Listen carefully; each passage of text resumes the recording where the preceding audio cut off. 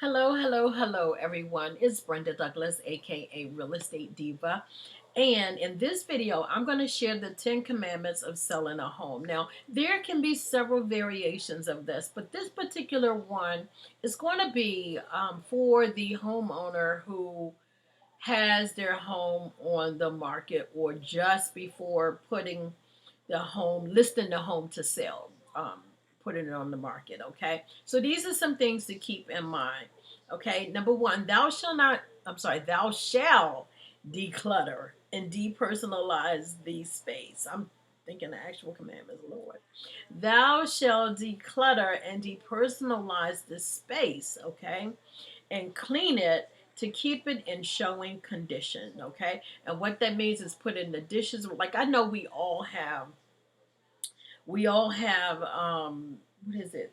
Chores that we do or responsibilities that we should do on a daily basis, but sometimes life happens. And so the dishes pile up. Sometimes the bed is not made, but you need to remember that your home is on the market and it is ready and exposed for people to see in hopes of catching a buyer or getting a buyer. Okay. And the first impression is everything. Okay. They see the pictures, they get excited. The pictures ought to draw them in, but then they get excited. They want to see the real thing. Okay. So you want to declutter and depersonalize the space. That means clean. That means making your bed. That means putting the dishes away. That means removing personal or religious items, like religious items, personal items. Some people collect, for example, some people have collections. Okay, some people collect doll babies, some people collect what is it, animal heads. There's so many things that people collect. Some people love elephants. Some people, like, there are different things that people collect.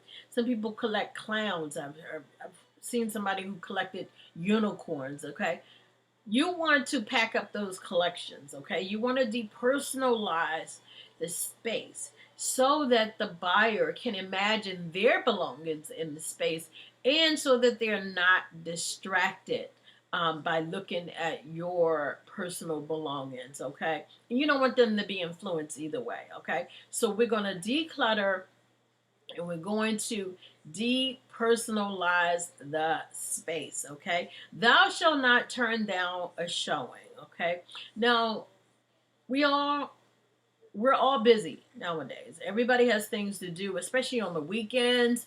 Everybody's here or there. The weekends is an agent's bread and butter day, okay, in the evenings, because people are working otherwise, right? The traditional people are working 9 to 5s, okay. So Saturday and Sunday are like bread and butter days, okay. Don't prevent people from being able to get into the home to see the property so that you can get a sale quickly. Now, let me just say that it should be within reason. So if someone's coming knocking on the door at 10 o'clock or 9:30 trying to get in to see the property, no, that's not appropriate. Okay. And the through, I know here in Maryland, PG Card, they disable the lock boxes, and I think it's around 9 o'clock, either 9 or 9:30. And so my point is that when it is late, it is too late. Okay, so you do want to set boundaries in that case, but for the most part, you and usually when your agent takes the listing, or one of the things I do is I ask my seller if there's a preferred date and time, showing times. In fact, on the form, we have to put showing time. Well, that's one of the things we fill out in the form. Does the seller have a preference in terms of times, showing times? Whatever you put on that form and whatever you discuss with your agent, then you should follow it. Okay. When you make it difficult for a buyer to get in to see the property, then they start to wonder if something is wrong with the property, number one. And then number two, it makes it difficult for them to see what they're buying. More people, so many people, would prefer not to buy sight unseen. Like, that's crazy to me, but to each his own. Anyway, so make sure that you refrain from turning down show times, okay? As long as it's within reason. Okay. Thou shalt not let anyone in who knocks on the door. Guys, you have to consider your safety regardless of whether or not your home is on the market. Safety is first. Sometimes people, they see your home on the market, they may assume that it's vacant. Okay, they may assume that it's vacant. You just want to look out for your safety. Okay, so don't let everybody in your house, they see a sign, maybe in the yard, and then sometimes people will knock on the door. What you want to do, don't open the door. What you want to do is you want to say, call the agent, call the number that's on the sign, because sometimes people really do just want information, but that's why you hired an agent to do that for you, to handle those inquiries. Okay, so your response is call the agent, call the number on the sign. And then also sometimes you could have investors who want to you may have investors who want to make you an offer on your home. Um, I don't know if I should. Yeah, I am going to say. Oftentimes, an investor will make an offer. Honestly, it won't be the best offer. It'll be the lower offer because why? They want to fix it up, flip it, and make more money. But so anyway, what you want to do is don't answer the door. Don't open the door. Just refer them. Tell them to look at the sign, get the information off the sign, but don't open the door for everybody who knocks on the door. Don't become your agent. Allow your agent. Trust your agent. That's a good one. Trust your agent to handle the inquiries. Okay. And then look out for your safety, especially nowadays in the times we're living in. Oh my goodness! Thou shalt keep your house in showing condition. We kind of went over that a little bit. You want to put the toilet seats down. Again, you want to put the dishes away. You want to run the dishwasher so that the smell of the dirty dishes is not coming through the dishwasher, and then also you want to get the dishes out of the sink, put them away. Okay, you want to always be prepared because you never know, and it only takes one buyer to buy your home. Okay, and to for you to be able to move on to your next journey. Okay, so you want to always keep your home in showing condition just in that time. And yes, it's gonna, it's gonna take more discipline because sometimes we're, like I said, we're busy. We're all busy, right?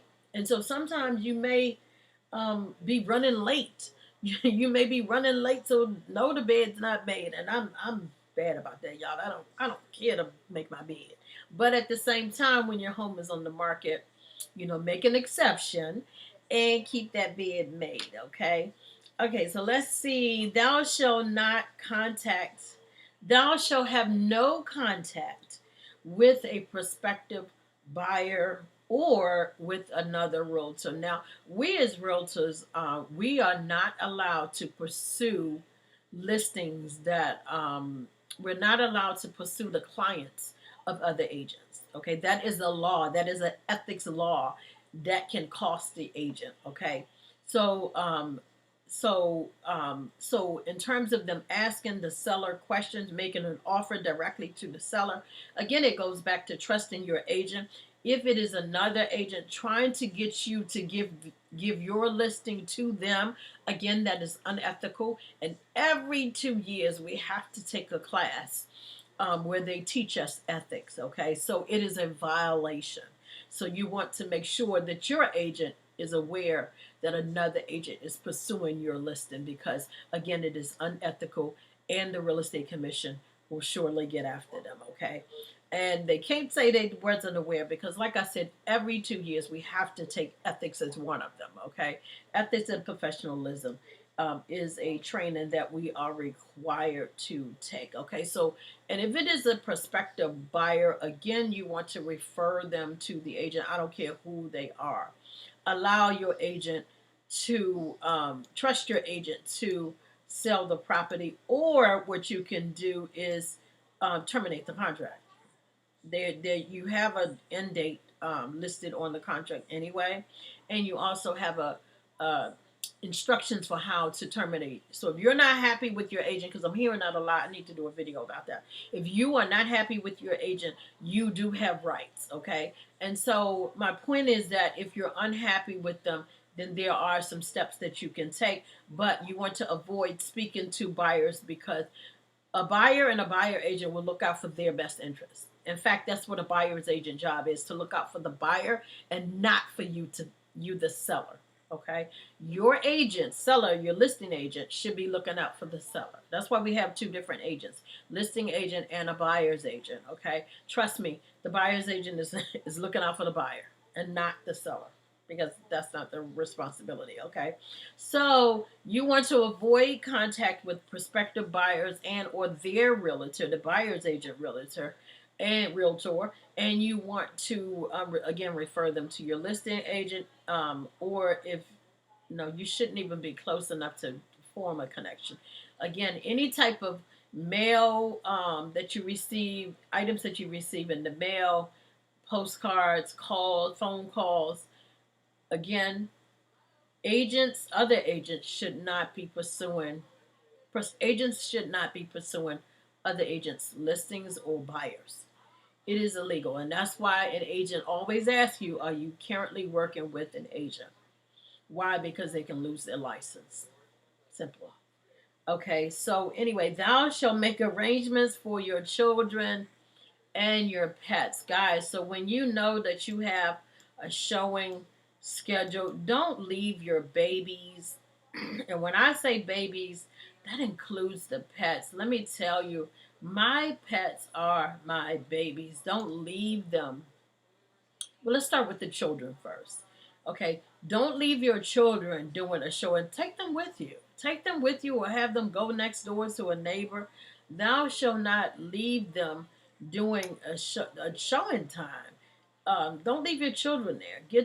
Send them, like I said, to a neighbor, to a relative, but don't have them in the house doing a showing. Okay. The other thing is that, the other thing is that pets.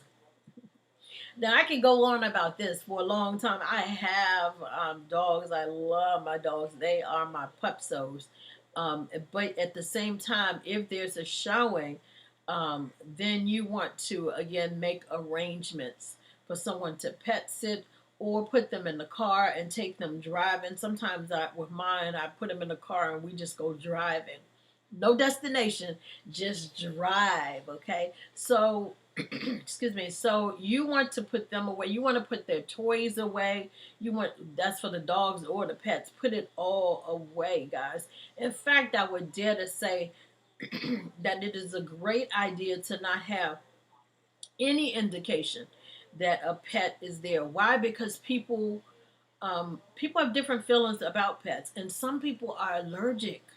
Some people are allergic to dogs, even if the dog is hypoallergenic. They will still say that they are allergic, and they have that right. Their safety is a priority, and so to them. And so you want to put away any evidence of dogs or cats, because some people can really that can ruin the deal. Okay, people can say, oh, there's probably dog hairs in the carpet, or probably all on the curtains, or what have you, even though the curtains go away with the person. But the point is that you don't want anything to jeopardize this deal. Okay, you don't want anything to jeopardize the deal. So you want the home to be odor free, and you want it to be free of any evidence of pets. No pet smells, no cooking smells. Don't fry fish, or don't fry anything, because I don't like the smell of fried stuff after the day after. I don't know what it is about, like fried chicken, fried any. I don't like that fried smell.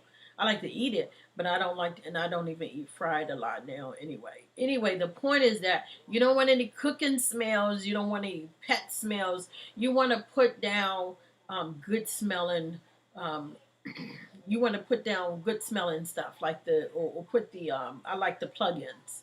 I love the plugins. Okay, or flowers, or fruits, and some oranges in particular. So you want to make the house smell good, and you want to make it odor free, and you want to get rid of any remnants of pets. Put the cages outside or what have you. And let me just say another thing. Don't leave, I think I've already said, don't leave your pets during the showing. Sometimes those of us with small pets, sometimes we think, oh, they're small, they're harmless, they're harmless. I've heard they're harmless, they're friendly. But dogs feel different things, you know what I mean? And it may be just one person that just sets them off. And I think anything with nature is unpredictable, right? So you just want to put them. I have seen it where they put them in the cage and maybe have them outside or whatever. The point is, you want to look out for the safety of people who are touring your home, and also you want to, if possible, get rid of anything that's evidence of a pet, especially inside. Okay. Thou shall not be present during showings. Okay. Guys, your objective, when you have your home on the market, your objective is to get your home sold. Okay. So you want to get your home sold. Okay. You don't want anything to jeopardize this deal. Okay. So it's imperative that you not be present during the showing. Why? Because it makes people uncomfortable. People should be able to come into the property and to, again, visualize themselves and their belongings in the space. Okay. They don't want to, they go in this room, you behind them looking to see what they're doing or what they, it makes people uncomfortable. And what do? They retreat quickly. They leave quickly, or they don't get to really take in the space because they're so focused on where you are and what you're doing and what you're gonna do and why are you still there. Okay, so just leave the house for a little while. Go for, even if you go for a walk, even if you go for a walk. So somebody calls you, I'm on the way to see the property. Go outside for a walk until you know that they're gone. And so there are ways that you can handle it. Get in the car, drive around, sit in your car. Sit in your car. That would be fine also. You know what I mean? Just don't be present while they're looking at the property, okay? Because again, it makes people very uncomfortable and it takes away from them really taking in the space and visualizing themselves. It takes away from the moment, and again they exit quickly and they move on to the next one. You know what I mean? And they don't really get to feel the real benefits of being there because you done snatched away the moment. Okay. Thou shalt not neglect things that are broken. Guys, you'll be amazed at the things that kill a deal, okay? So change the light bulbs, any what is that called? The wiggly banisters and I'm thinking of the deck, the handrails. The handrails, you want to tighten them, and you want to, what is it? A leaky faucet. Because what will happen is the buyer will be looking up. Hold on, let me just back up for a second. A seller always wants more for his home, and a buyer always wants to pay less. Okay, so if you got a faucet leaking, what is it? A leaky faucet. If you have a leaking faucet, okay, and it's drip, drip, drip, a buyer's not going to say, "Oh, all I have to do is put a washer there in that washer in that, and that'll stop drip." They're not going. They're going to be in their mind. They're thinking the most expensive fix for that, right? And so what are they going to do? They're going to try to lowball you. Oh, well, we have to get that fixed. We have to get that fixed. We have to get it. So maybe we should ask for a credit or have them to lower the price, right? So you want to fix, and you'll be amazed again you'll be amazed at the things that will kill a deal. So any little small thing that you can just go ahead and take care of, just go ahead and take care of it, guys. Get it out of the way so that they don't try to lowball you and you can get the best offer for your home, okay? Number 9, thou shalt remove valuables, jewelry, and fur coats. Remove your valuables, okay? Hide all of the prescription drugs. You'll be amazed at how many people who go into an open house go right in the bathroom cabinet and take the drugs out. Guys, the prescriptions out, and they don't care what it is, okay? So you want to remove your because guess what? Your agent is not responsible for it. They're not responsible for it. It is your responsibility to remove your valuables, hide your drugs, And then also firearms. True story. I was doing an open house one day, and it was out in the woods. It was out in the woods.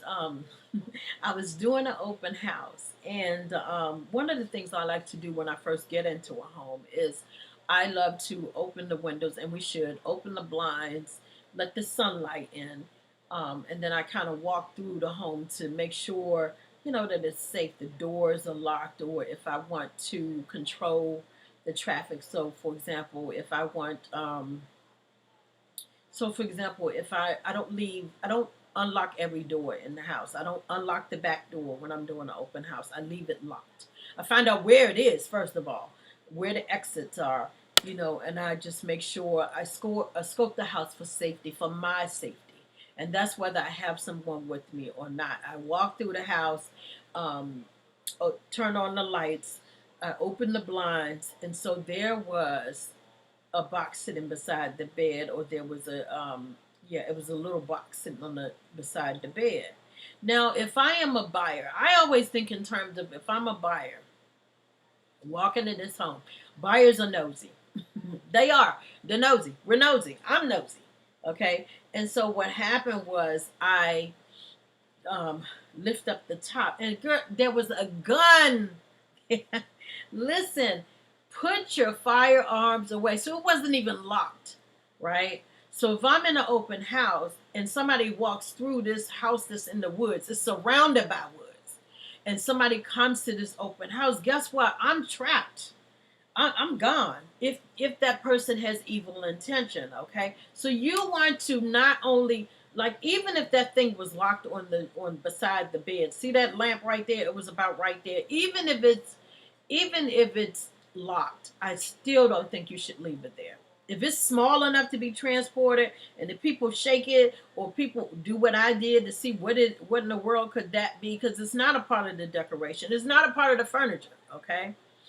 But don't leave it unlocked right there, because, like I said, somebody walking through and then lift it up, he has evil intentions. Guess what? That's opportunity. That just turned into opportunity if he has evil intention. Okay, so you want to remove the valuables, you want to hide your drugs, and you want to remove the firearms. Any firearms, don't, make sure that they're not visible. In terms of your computer, do not have it on and up. You want to have it password protected, so people can't come up to it, start clicking on the keyboard, and then it pops open and there's your information. Okay, you want to secure it. Any tablets or laptops, put them away. Put them away, out of sight, out of mind. Put them away. Any what is it called? Cell phones. Again, out of sight, out of mind. Put them away. Okay. So you want to, again, remove your valuables, hide all of your drugs, because people really, whether they admit it or not, some people have drug issues. Okay, especially with the opioids, or the opioids. Okay, so you want to put away your drug, and then for some people, it doesn't even matter what kind of drug it is, as long as it is a drug. And I'm not shunning them. What I'm saying is, put your drugs away, and then put your firearms away. Okay, and then last but not least, thou shalt gather all of your information and your paperwork. Okay, because anything that's a material fact has to be disclosed. If you have um, um, structural issues or foundation issues, that has to be disclosed. And it's a material fact. If you have termite damage, it has to be disclosed. There's some things that lawfully have to be disclosed. Okay, but gather your paperwork. Some people have um, front foot fees that they have to pay. In addition, it's kind of like, has something to do with the water. It's utility. If you have it, you know it, because you receive an extra bill for your water every year. Okay, so those things you have to, you'll have them in your documents, in your paperwork. And the other thing is, in terms of people walking through your home doing a showing, you don't want any valuable information laying around. Documents that have your account numbers and your your social security. Look, put them away. Okay. Look, now listen, and also your listing agreement. between you and your listing agent. Any confidential information, you want to put it away. Now listen guys, I really hope that this has been helpful. Now there are different one of the types of these commandment things that I can do. So I am going to I want to have fun with this commandment thing.